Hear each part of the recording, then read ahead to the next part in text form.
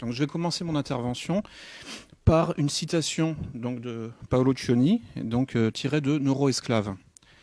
Conditionner les masses. Il avait déjà expliqué comment la relation de l'homme avec le monde extérieur et avec ses semblables est dominée par des stimuli secondaires, les symboles linguistiques. L'homme apprend à penser avec les mots et les symboles qu'on lui a donnés. Et ceux-ci finissent par conditionner toute sa vision de la vie et du monde. Comme dit Dobrogaïev, le langage est le moyen d'adaptation de l'homme à son milieu. Nous pourrions reformuler cette affirmation de la façon suivante.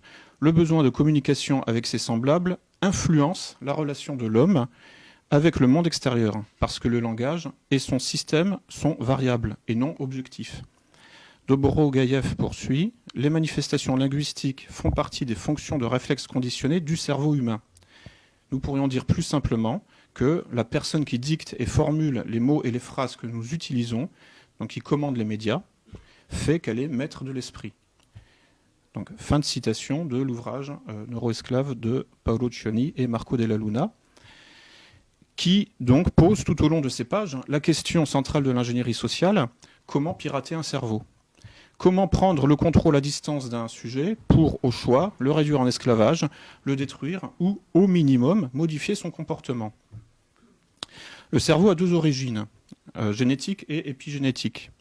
On peut donc pirater un cerveau en piratant le donné génétique ou en piratant le construit épigénétique. Le substrat génétique est donné par la naissance, par héritage génétique. L'épigénétique, quant à lui, se construit dans la relation avec l'environnement, notamment socioculturel. Le cerveau est programmé génétiquement, pratiquement sans contenu, mais pour être plastique et apprendre du contenu. Donc pour être actif et curieux de son monde, avide d'être façonné par une influence épigénétique et environnementale, laquelle imprimera au cerveau une architecture neuronale par intériorisation d'une pression extérieure, largement socioculturelle.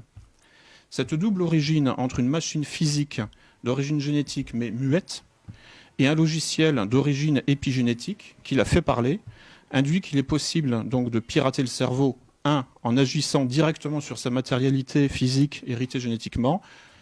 Par métaphore informatique, on pourrait parler du hardware, et donc les stimuli primaires qui sont les signaux électriques du système nerveux et les signaux chimiques du système hormonal, dit encore endocrinien. Première façon, donc de pirater le cerveau. Ou deuxième façon, indirectement, en piratant le logiciel du cerveau.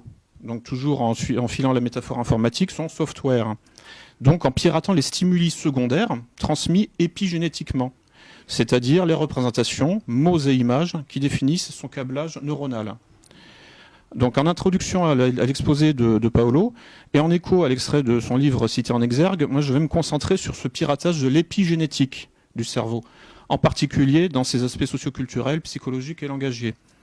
Donc pour illustrer mes propos par un exemple, je traiterai donc de la théorie du genre, ou qu'il faudrait sans doute renommer théorie de la confusion des genres, en tant que virus cognitif particulièrement puissant. Donc, comme le dit le célèbre pirate informatique Kevin Mitnick, le maillon faible dans tout système de sécurité réside dans le facteur humain. L'ingénierie sociale, qui vise de préférence les points de vulnérabilité des systèmes, consiste donc à pirater l'humain. C'est aussi ce que nous dit David Castonguay dans un mémoire de 2009 en criminologie à l'Université de Montréal et intitulé « Pirater l'humain », on pourrait dire sobrement intitulé « Pirater l'humain, l'analyse du phénomène d'ingénierie sociale ».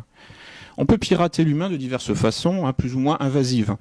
Dans le sillage du transhumanisme et de l'humain augmenté par la technologie, le biohacking travaille à bricoler l'ADN ou les cellules, quand le body hacking se consacre aux modifications corporelles, prothèses et implants électroniques divers.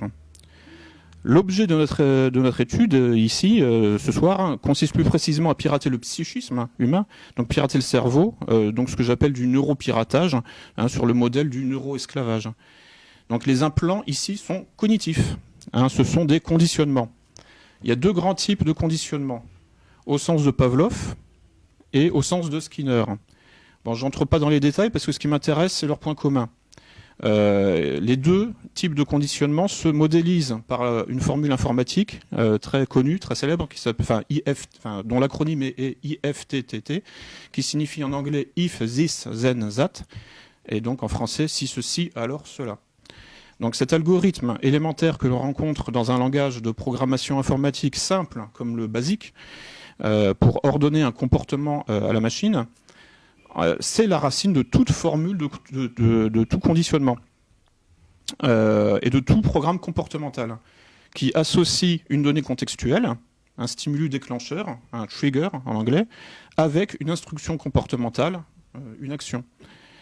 Cette articulation entre un déclencheur contextuel et une action en réponse reproduit un clivage intérieur-extérieur, entrée-sortie, input-output, et constitue le principe du feedback et de l'échange d'informations selon une boucle de rétroaction entre un système comportemental, cybernétique ou vivant, et son environnement. Donc, en quelque sorte, c'est une espèce de simulation de l'être vivant. Vu sous cet angle behavioriste, le psychisme humain ne se distingue pas substantiellement d'une machine. Les deux sont composés de variables et de constantes qui échangent de l'information avec leur environnement. Le neuropiratage du cerveau consistera à isoler les constantes, c'est-à-dire les programmes, les routines, les algorithmes, les structures, les habitudes, les habitus, éventuellement en sociologie, donc les traditions en quelque sorte, pour au choix les observer simplement, on peut appeler ça du vol de données, ou les réécrire, piratage d'influence, ou encore pour les détruire, tout simplement. Il y a deux étapes dans le neuropiratage épigénétique, le hameçonnage et le conflit triangulé. Donc, pirater un cerveau en passant par son logiciel épigénétique, donc c'est-à-dire son environnement sémantique et socioculturel, se fait en deux temps. 1. Contourner les mécanismes de défense pour s'introduire dans la machine furtivement. 2. Si l'on est un black hat, donc un méchant pirate, réécrire le code pour faire dysfonctionner la machine, provoquer un bug. Dans un premier temps, pour qu'il y ait piratage effectif, donc furtivité du viol, les apparences du non-viol et du respect de l'intégrité doivent être respectées. Pour que l'on puisse parler de piratage, il faut nécessairement que le piraté en reste inconscient. Si le piraté est conscient du piratage, ce n'est plus un piratage, par définition. En ce sens, le neuropiratage, le viol furtif du cerveau, doit respecter l'ergonomie cognitive du cerveau, c'est-à-dire sa manière habituelle de fonctionner, donc ses routines, ses algorithmes. Comment ? Par le hameçonnage. Un concept proche du cheval de Troie. En anglais, on appelle ça le phishing, P-H-I-S-H-I-N-G, qui donne l'illusion que tout est normal et qui trompe le cerveau sur le processus en cours. Le cerveau ne doit pas détecter d'anomalie à première vue. Dans l'idéal, il doit même désirer ce qui se passe. Donc, pendant l'opération d'intrusion et de viol furtif, le pirate doit donc reproduire au minimum les apparences d'un fonctionnement normal des choses en produisant de l'indifférence à son égard. Et dans l'idéal, il doit même faire désirer au cerveau le processus en cours de son propre piratage en produisant de la confiance à son égard. Ce qui est proche de la fabrique du consentement par l'utilisation des mécanismes du syndrome de Stockholm. Une fois que l'on a gagné l'indifférence ou la confiance et que l'on s'est introduit dans la machine furtivement, ce qui est la première étape donc dite du hameçonnage, on peut passer à la deuxième étape, c'est-à-dire le bidouillage du code source pour faire bugger la machine. Autrement dit, la reconfiguration du système de représentation intériorisé par le cerveau pour le cramer comme un disque dur.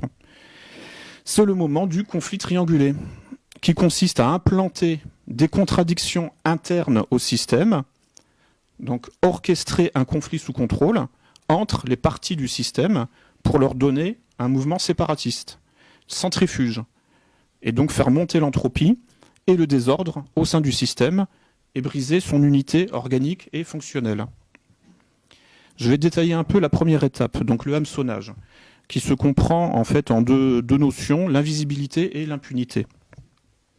Le faisceau de l'attention consciente est sélectif et possède des angles morts et des tâches aveugles, ceux-là même que le pirate devra repérer ou créer pour rester hors du champ de vision du cerveau et s'y introduire furtivement, sans être perçu.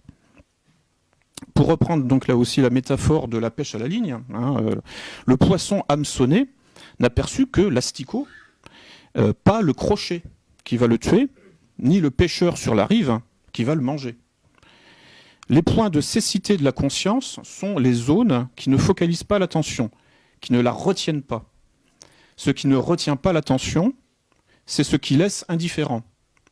Pour devenir invisible, il faut donc parvenir à créer une tache aveugle en suscitant l'indifférence. On peut aussi provoquer une tache de confiance, entre guillemets, car la confiance endort la vigilance et détourne l'attention autant, sinon plus, que l'indifférence. Dans tous les cas, si l'on provoque la méfiance, l'objectif est raté, car on redevient visible.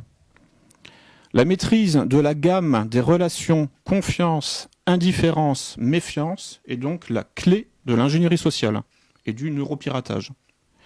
Pour contourner les mécanismes de défense du cerveau et donc y entrer furtivement et en prendre le contrôle, il existe donc une recette, comme on parle d'une recette de cuisine, une succession d'opérations à accomplir dans un certain ordre pour atteindre un certain but.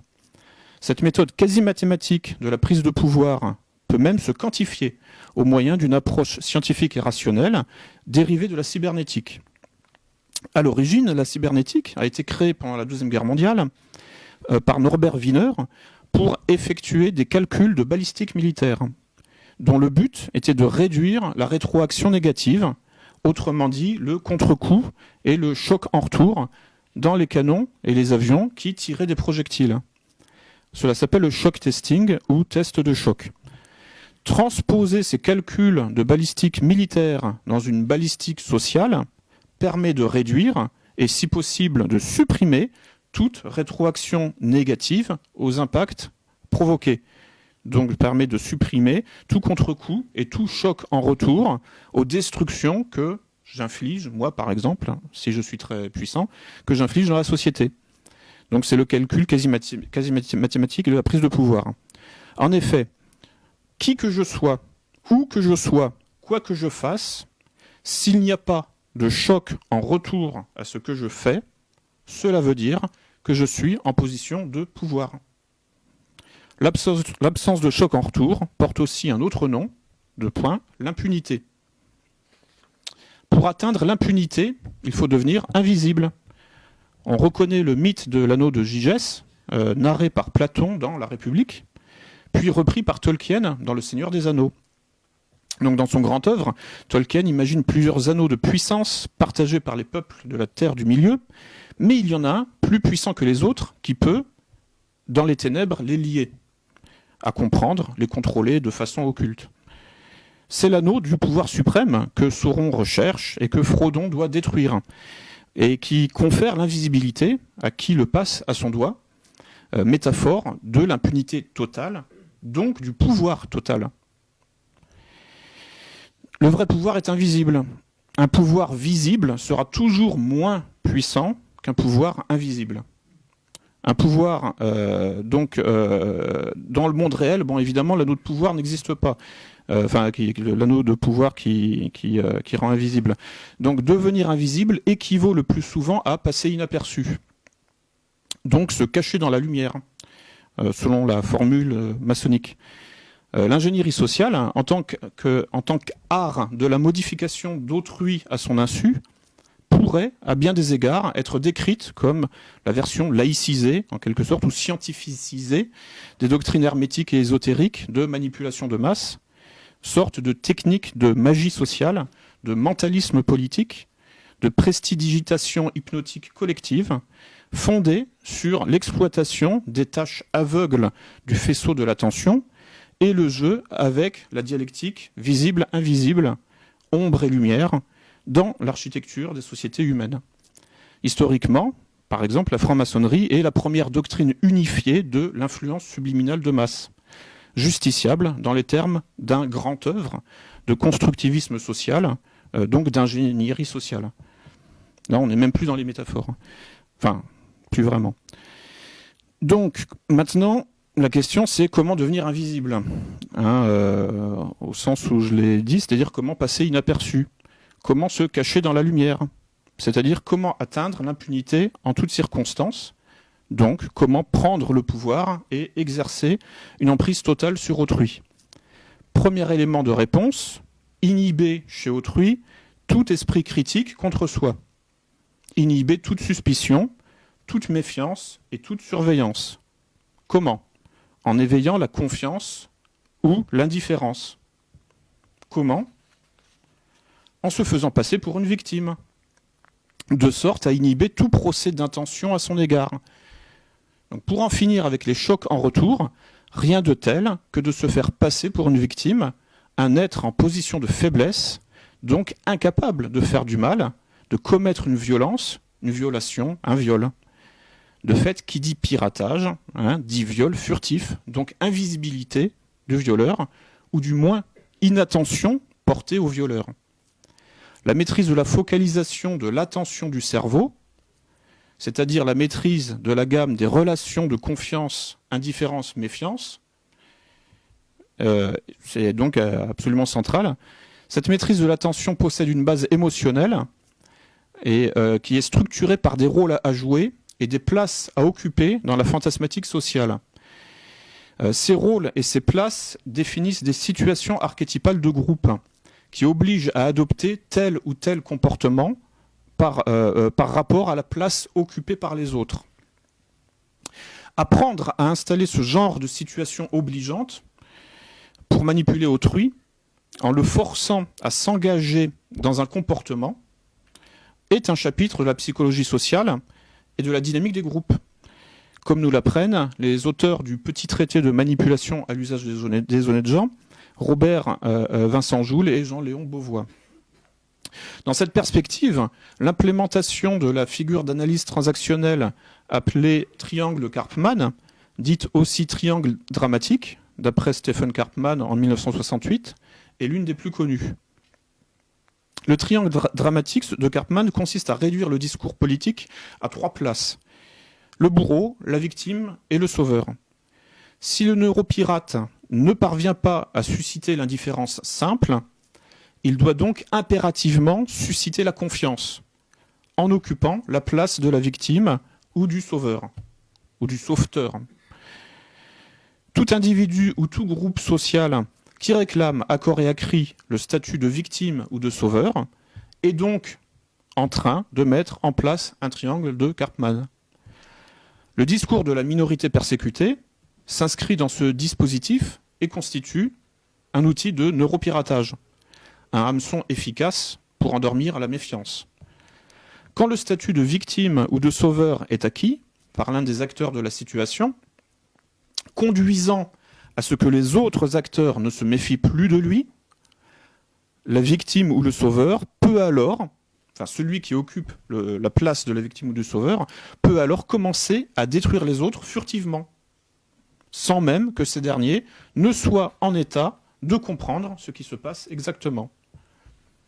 Violer et détruire le cerveau furtivement suppose donc de le faire entrer dans un conflit triangulé, dont la structure est un duel entre 2 acteurs, supervisés et orchestrés par un 3e acteur. Il s'agit donc d'une mise en scène d'un conflit entre 2 parties, mais sous contrôle d'une 3e partie, dont le travail consiste à lancer puis entretenir le conflit depuis sa position située hors du faisceau de l'attention. Pour rester inaperçu, hors de l'attention, le sommet du triangle, qui organise le conflit, devra produire de la confiance ou de l'indifférence à son égard en occupant la place de la victime ou du sauveur.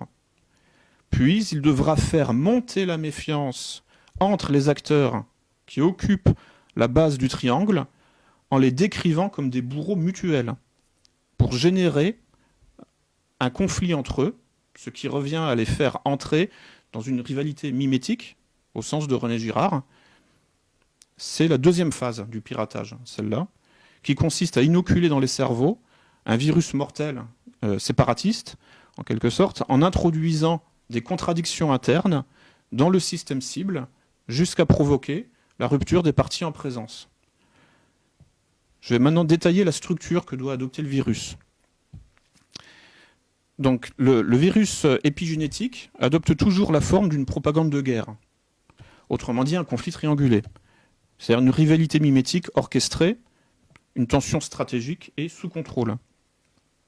Après avoir gagné la confiance ou l'indifférence du cerveau, pour le tromper sur l'identité de son ennemi, on peut donc le pirater furtivement et lui injecter le virus qui va le faire dysfonctionner.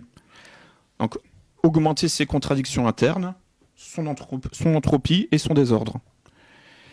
Pour savoir comment faire dysfonctionner le cerveau, il faut déjà connaître son mode de fonctionnement normal. Les sciences cognitives montrent que le cerveau fonctionne normalement par héritage mimétique de stéréotypes. Autrement dit, le cerveau fonctionne par hiérarchisation, imitation, modélisation. Chercher à empêcher l'une de ces trois activités, c'est chercher à empêcher le fonctionnement normal du cerveau. Cet empêchement à fonctionner est exactement ce que le neuropiratage offensif se donnera pour tâche, avec pour cible le cerveau et pour finalité la destruction. Pour faire bugger le cerveau méthodiquement dans le cadre d'un conflit triangulé, il faut donc lui injecter un virus anti-mimétique, anti-hiérarchisation et anti-stéréotype. Alors je vais faire un point sur les trois modes de fonctionnement du cerveau. Le fonctionnement mimétique du cerveau possède donc un fondement cérébral, les neurones miroirs, découverts par l'équipe de Giacomo Rizzolatti au département des neurosciences de la faculté de Parme. Les neurones miroirs impliquent que les informations nécessaires à ma survie dans le monde me viennent en priorité de l'observation des autres sujets en lesquels j'ai confiance, avant même de venir de l'observation du monde objectif lui-même. C'est ce qui s'appelle l'apprentissage. Mon cerveau ne calcule pas directement son rapport à l'environnement, il passe d'abord par les résultats que les autres cerveaux lui transmettent. Donc pour des raisons de synchronisation et d'organisation sociale, le cerveau voit comme voient les autres cerveaux, et non comme les faits se présentent par eux-mêmes. L'étude des neurones miroirs a montré que le cerveau donc, apprenait les informations nécessaires à son adaptation environnementale par imitation d'un père, ce qui suppose déjà que ce dernier en sache plus et surtout soit reconnu comme tel et soit pris comme référence. Exemple à suivre, modèle à copier. Bref, comme un aîné et un support d'appariement et d'imitation stéréotypée. Donc on se reportera toujours à René Girard ainsi qu'aux recherches de Luc Laurent Salvador, moins connu, mais très intéressant aussi. Avec le mimétisme, le cerveau fonctionne de manière sélective, discriminante et hiérarchisée. La perception, la mémoire, le traitement de l'information sont sélectifs, discriminants, hiérarchisés. Les sciences cognitives, la phénoménologie de la conscience et les diverses théories de l'attention ont analysé ce qui relève en fait de l'évidence, à savoir que la perception et le faisceau de l'attention sont perspectivistes et s'exercent toujours depuis un angle particulier, partiel et non global. Pour le cerveau, penser, c'est toujours trier, classer, distinguer, différencier, sélectionner, discriminer. Tout ne se vaut pas, certaines choses sont supérieures à d'autres choses ne sont pas permises, et d'autres encore ne sont pas possibles. Il existe des limites, objectives et subjectives. Prétendre le contraire, que tout se vaut, que tout est permis ou que tout est possible, qu'il n'y a pas de limite, revient à empêcher le fonctionnement normal du cerveau, ce qui peut parfaitement relever d'une stratégie intentionnelle de guerre cognitive, psychologique et culturelle. Troisième point, le cerveau appréhende son environnement au moyen de stéréotypes. Stéréotype est un autre mot pour représentation. Modélisation, théorie, schéma. Or, la représentation n'est jamais équivalente au réel qu'elle représente. La carte n'est pas le territoire. Voir Korzybski et la sémantique générale. Le réel, le territoire, est composé de nuances infinies. Alors, ce fut l'objet de la peinture impressionniste, par exemple, que d'essayer de rendre compte de ces nuances infinies. Mais le cerveau n'est pas équipé pour traiter l'infini en soi. Pas plus que des nuances infinies. Il ne les voit pas, tout simplement. De plus, traiter l'infini est par définition une quête sans fin, par définition, car les nuances et la complexité sont fractales. On les retrouve à toutes les échelles d'observation, comme des poupées russes emboîtées. À un moment, si l'on veut simplement agir, il faut donc s'arrêter sur une portion de réel et sur une version provisoire de sa représentation. ce que l'on appelle une théorie. Une théorie est toujours approximative, hypothétique. Une représentation est toujours une simplification. L'erreur fait partie des conditions de la vie, écrivit Nietzsche dans Le Gai Savoir. Le cerveau étant incapable de traiter le réel et ses nuances infinies directement, il doit donc nécessairement passer par des représentations schématiques, des modélisations, des théories, des stéréotypes simplificateurs qui ne retiennent que les grandes lignes. C'est la gestalt dans la psychologie de la forme, l'archétype chez Jung, l'idéal type dans la sociologie de Max Weber, l'essence, eidos en grec, transcendante chez Platon ou immanente chez Husserl. Donc, à l'image du fonctionnement du cerveau, les théories sont également lacunaires et sélectives. Le mathématicien et logicien Kurt Gödel a montré que les théories complètes ne sont pas complètement démontrables. Les métaphysiques contiennent toujours des propositions indémontrables et que les théories complètement démontrables sont incomplètes. 1 plus 1 égale 2 est complètement démontrable, mais c'est trivial. Donc, transposé et appliqué en épistémologie, les théorèmes d'incomplétude de Gödel disent en substance que l'on ne peut pas tout avoir en même temps. Soit c'est sûr et certain, mais ce n'est pas très intéressant, 1 plus 1 égale 2, soit c'est très intéressant, mais cela ne peut pas être sûr et certain. Dieu existe. Bref, l'expérience du réel est nécessairement exclusive, sélective, schématique, lacunaire, donc partiellement fausse. On peut donc parler du rôle positif des stéréotypes, y compris des stéréotypes de genre, dans la psychogenèse, et même de leur rôle en réalité incontournable, ce qui évacue le débat positif-négatif. De toute façon, on ne peut pas faire sans. Le cerveau appréhende son univers en le représentant, donc en le simplifiant au moyen de stéréotypes et de modélisations nécessairement schématiques et imparfaits. Il est impossible de s'affranchir de ce mode de fonctionnement au risque d'handicaper son fonctionnement normal. Maintenant, voyons comment pirater le fonctionnement mimétique, hiérarchisé et stéréotypé du cerveau.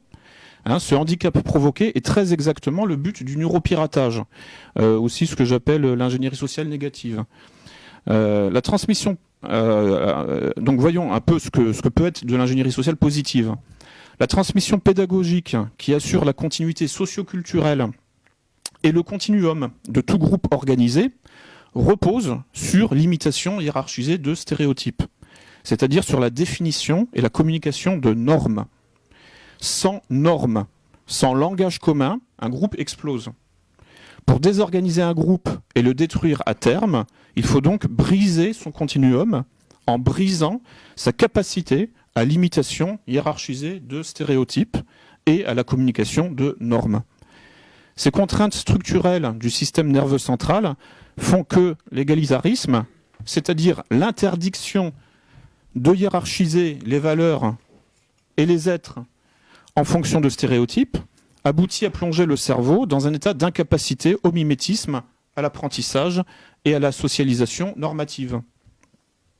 Le relativisme qui en résulte induit la paralysie du cerveau et du jugement et provoque de l'inhibition comportementale à caractère autistique. Les pédagogies modernes dites anti-autoritaires, qui prétendent lutter contre les stéréotypes de genre par exemple, ou niveler la hiérarchisation nécessaire entre le maître et l'élève, le parent et l'enfant, sont en réalité pathogènes, ralentissent l'activité nécessaire de modélisation par laquelle le cerveau comprend son monde, et donc fabrique des enfants handicapés, hyperactifs, incapables d'imiter, d'apprendre, de se socialiser par l'intériorisation d'une norme comportementale. Et donc qui deviennent généralement ensuite des pervers sociopathes ou toxicomanes, individualistes, des libéraux libertaires, dénués du sens collectif le plus élémentaire. Pour faire dysfonctionner le cerveau, il faut donc lui inoculer un virus incapacitant qui va le faire bugger, en lui interdisant l'opération mentale de l'imitation hiérarchisée et stéréotypée, ce qui lui barrera mécaniquement l'accès à l'acquisition et au traitement de nouvelles informations. L'idéologie de la confusion des genres, impliquant la confusion des générations, qui cherche à empêcher, voire interdire l'imitation hiérarchisée de stéréotypes, fondateur pour l'identité, et qui rabat tout sur le choix individuel, est le virus mental prototypique à injecter au cerveau pour le faire dysfonctionner. Dès lors qu'il n'y a plus de normes, il n'y a plus de structure, il n'y a plus de forme fixe. Et donc on tombe dans la société à l'état liquide dont parle Zygmunt Bauman, sociologue. Évidemment, un cerveau en bonne santé refusera de se laisser infecter par ce virus individualiste, nivelant et dissolvant, et développera des défenses immunitaires s'il sent qu'il est attaqué. Pour que le cerveau ne se sente pas attaqué et qu'il accepte de se laisser contaminer, il faut donc que la menace ne soit pas perçue. Le virus mortel doit même être perçu comme salutaire. C'est le rôle du hameçon. Le faux bien pour un vrai mal. L'appât présenté par un ennemi ayant gagné notre confiance, car il occupe la place de la victime ou du sauveur, ou ayant gagné l'indifférence, car il occupe un angle mort du faisceau de l'attention du cerveau. Donc il est caché derrière une tache aveugle. Je vais décrire plus avant la morphologie antinormative du virus. Le fonctionnement normal du cerveau donc est normatif. Le virus cognitif mortel doit donc être antinormatif. Or, de manière assez candide, l'idéologie de la confusion des genres revendique son caractère antinormatif, donc criminel.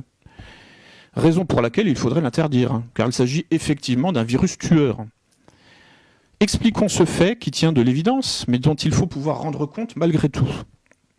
Le fait que le cerveau ait une origine génétique, mais aussi une origine épigénétique, a servi de prétexte au constructivisme de la confusion des genres pour affirmer que l'on pouvait s'abstraire totalement de l'origine génétique dans la construction épigénétique de l'identité de genre. C'est la phrase existentialiste de Simone de Beauvoir, « On ne naît pas femme, on le devient », déployée par Judith Butler dans « Trouble dans le genre » et qui peut s'étendre aux hommes, évidemment. Cette erreur repose sur une méconnaissance du fonctionnement du cerveau. En effet, le domaine épigénétique, dont l'identité de genre fait partie, se construit dans le rapport entre le corps et son environnement. Or, les femmes et les hommes ne sont pas des anges, des esprits purs. Nous sommes des créatures incarnées, avec des corps génétiquement différents. Notre identité socioculturelle, dont l'identité de genre fait effectivement partie, est une représentation du corps, donc un rapport au corps et à notre héritage génétique. Cette identité de genre, soit la représentation du sexe, est donc construite par indexation sur la différence anatomique d'origine génétique. Et elle est donc élaborée au travers du rapport différent à l'environnement et à autrui que cette différence anatomique prédispose. En particulier à cause du relief épidermique, le moi-peau, moi trait d'union peau, dont parle Didier Anzieux, et de la conformation des orifices du corps, interface et point de passage entre l'intérieur et l'extérieur du corps, et point de communication entre l'individu et son environnement.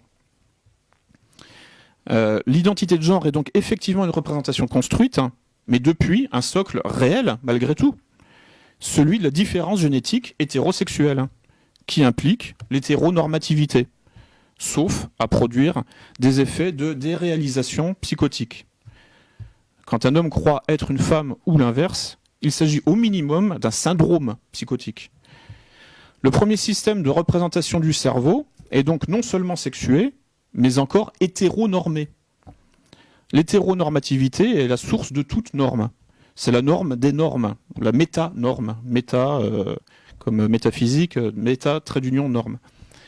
Freud et à sa suite Lacan ont montré que l'accès à la pensée et au langage articulé se réalise par l'intériorisation d'une structure sociale de différenciation et d'articulation identitaire hétéronormative, le fameux complexe d'Oedipe.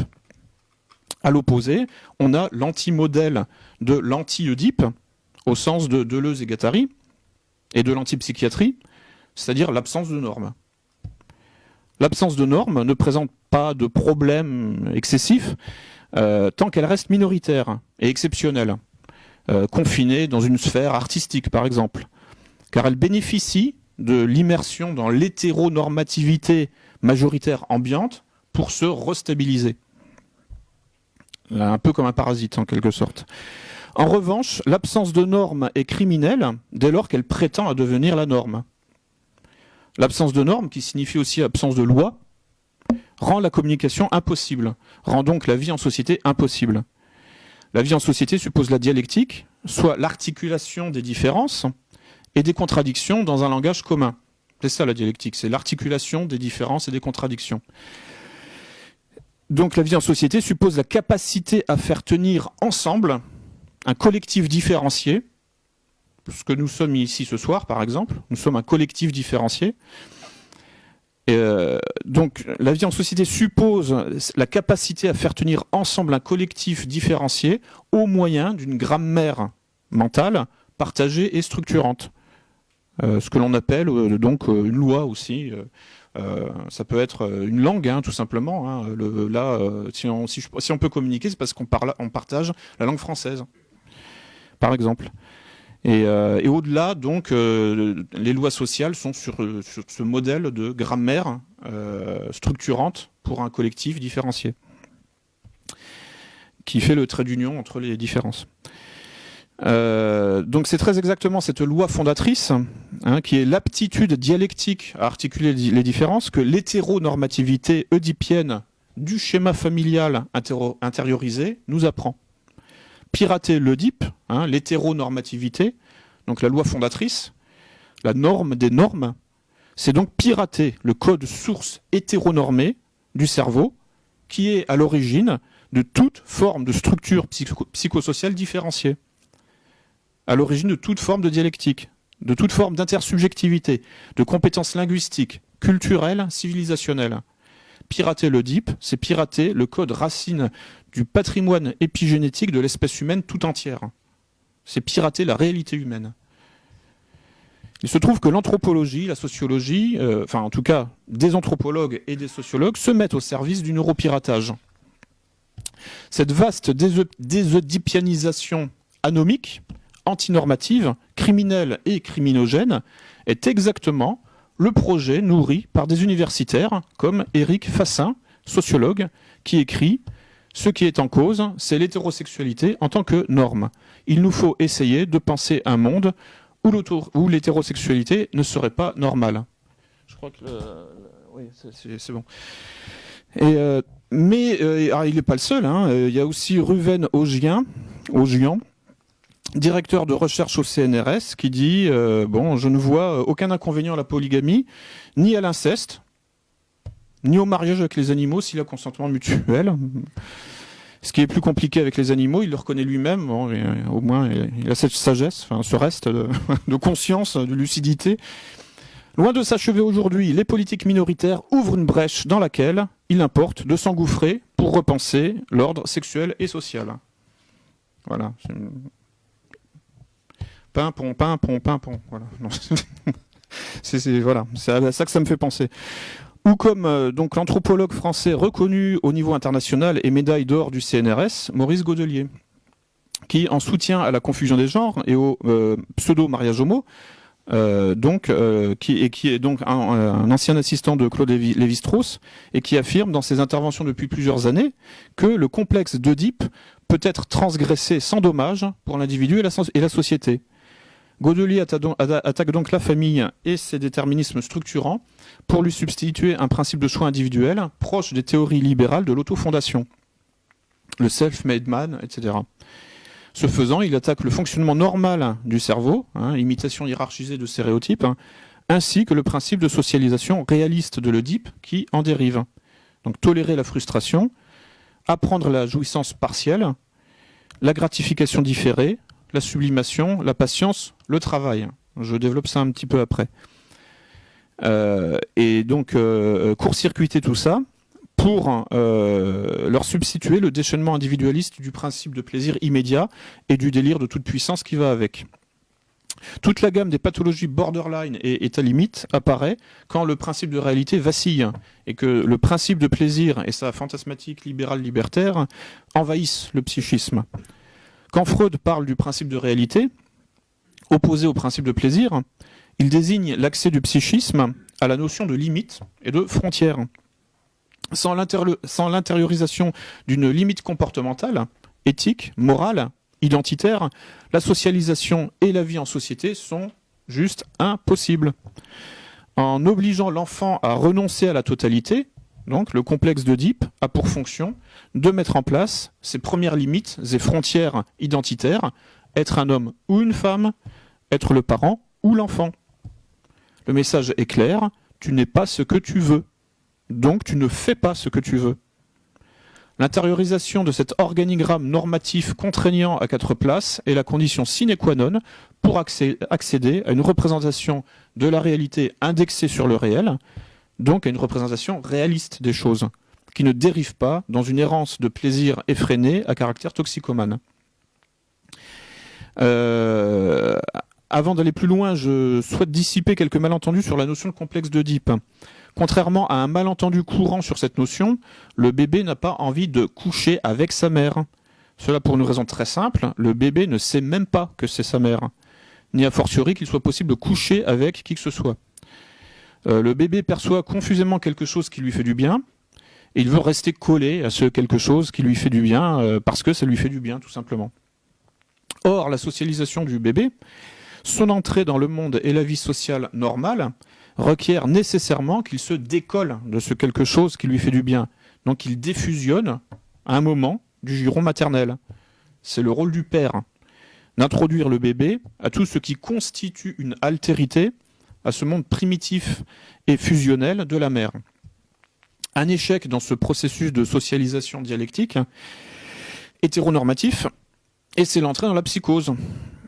Une définition claire, la plus claire possible que j'ai trouvée de la psychose, c'est le flou identitaire.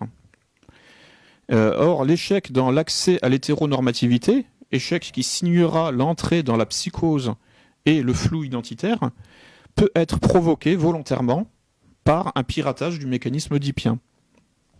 Donc la construction hiérarchisée, mimétique et stéréotypée de la réalité est impossible si des différences et des limites identitaires fixes ne sont pas clairement posées, condition de la stabilisation des choses. Le psychisme doit donc apprendre à se discipliner et à observer des limites. Je suis un homme, pas une femme. Je suis un parent, pas un enfant.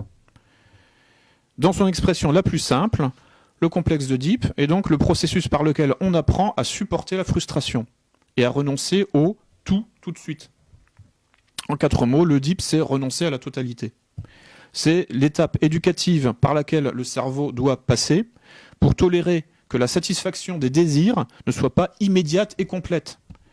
Ce mécanisme psychosocial porte un autre nom, c'est donc la gratification différée en français, en anglais delayed gratification. Donc ce mécanisme donc, de la gratification différée n'est pas naturel, comme le prouvent les hurlements du nourrisson dès qu'il est frustré, car lui veut encore tout de suite. Cette faculté à renoncer au caprice doit être apprise, car c'est la condition de toute socialisation humaine normale. La socialisation consiste à supporter de ne jouir que partiellement et non complètement, et à sublimer le désir en acceptant de différer sa satisfaction dans le temps, ce qui introduit à la capacité de travail. Le travail est synonyme de patience, donc d'intériorisation du mécanisme de gratification différée. C'est donc la maîtrise des instincts et du tonus émotionnel, le contrôle des humeurs. Pour détruire une société de manière indirecte, en faisant du neuropiratage et de l'ingénierie sociale négative, il suffit dès lors de la désoedipianiser, de sorte à transformer tous ces sujets en individus immatures et narcissiques, tels des enfants hyperactifs, incapables de patience, de concentration et de travail, inaptes à différer la gratification, qui deviendront des sociopathes pervers, impulsifs, incapables de se contrôler, voire de simples autistes incapables de mimétisme. La modélisation la plus compacte du complexe d'Oedipe est ce que Lacan a appelé la métaphore du nom du père. En clair, un objet abstrait, un mot, un signifiant, le nom du père, doit prendre la place d'un objet concret, le corps de la mère, en tant qu'objet du désir de l'enfant. Le premier objet de focalisation du désir infantile, le premier objet de l'attachement charnel du petit humain, est un corps protecteur et nourricier. La socialisation normale de l'enfant suppose qu'il renonce à fusionner avec cet objet réel et chargé d'émotions, son premier amour, entre guillemets, pour réorienter son attention et son désir sur un objet symbolique et abstrait, plus lointain et complexe. Ce faisant, donc le nom du père, ce faisant, il apprend à distinguer les choses et les mots, ce qui est la condition d'accès au langage et à la culture. Ce mécanisme est vécu comme un arrachement, un travail, une souffrance. De fait, il s'agit d'un déracinement du corps maternel pour un réenracinement dans le logos paternel et son quadrillage légaliste de l'existence. En effet, le giron maternel promet la satisfaction immédiate et complète du désir, c'est le monde du caprice.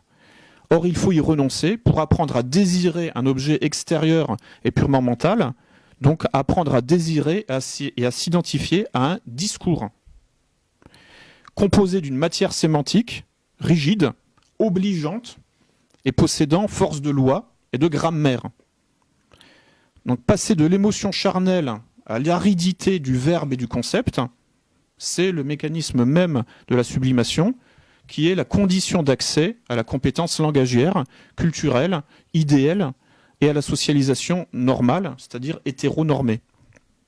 A contrario, ce que recommande Maurice Godelier, effacer le nom du père du Code civil, il le dit, revient à enraciner l'individu dans une intériorité pré-langagière, pré-sociale, pré-normative, anomique, hystérique au sens étymologique de l'utérus. Donc, ça induit tout un tas de phénomènes de désymbolisation, donc de déstructuration et de régression psychique à l'état fœtal, mais dans un corps d'adulte, qui est à l'origine de toutes les pathologies apparues dans les années 1970 à peu près. Je vais conclure donc sur le conflit, sur ce qui essaye de se mettre en place dans le monde occidental de nos jours, c'est-à-dire le conflit triangulé généralisé. Donc le pilotage rationnel et méthodique de la guerre de tous contre tous. La lutte contre les stéréotypes de genre vise donc à produire de la psychose, du flou identitaire psychotique. Depuis les mandats de Nicolas Sarkozy à l'intérieur, avec l'invention du délit d'homophobie en 2004, puis à l'Élysée quand son ministre à l'Éducation nationale, Luc Châtel, introduisit en 2011 la théorie du genre dans les lycées, ou quand furent organisés en 2009 et 2010 des colloques contre la transphobie à l'Assemblée nationale avec la participation de membres des lobbies les plus puissants, nous voyons se mettre en place un conflit triangulé généralisé avec les hétérosexuels en position de bourreaux et les non-hétérosexuels simultanément victimes et sauveurs. Pirater le cerveau pour lui inoculer le virus antinormatif de la confusion des genres fait entrer l'humanité dans l'ère du capitalisme intégral, radicalisé jusqu'à la location du ventre des femmes, dixit Pierre Berger, ce qui donne accès au pilotage scientifique de la guerre de tous contre tous. En déconstruisant l'Oedipe, la gratification différée, l'hétéronormativité, la loi, tout simplement, toute forme de grammaire, on barre l'accès au langage, à la sublimation, à la raison, à la dialectique, à l'articulation des différences, à la civilisation. On fait monter le taux de barbarie générale et de contradictions internes insolubles, parce que des contradictions internes, il y en a toujours, mais là on fait monter le taux de contradictions internes insolubles, puisque le langage commun a disparu, en particulier les violences entre hommes et femmes, et entre parents et enfants. On prépare ainsi la banalisation de l'inceste, de la pédophilie et de l'euthanasie pour tous. Mais le tout reste sous contrôle. Ainsi, l'on gouverne par le chaos, on organise l'anomie, la psychose sociale, la démolition contrôlée du psychisme et de la société, et on effrite la réalité, littéralement. On liquide même toute forme de réalité en rendant impossible de se constituer une stabilité cognitive et psychosociale quelconque. Et on fabrique ainsi des neuro-esclaves. Et je passe maintenant la parole à Paolo.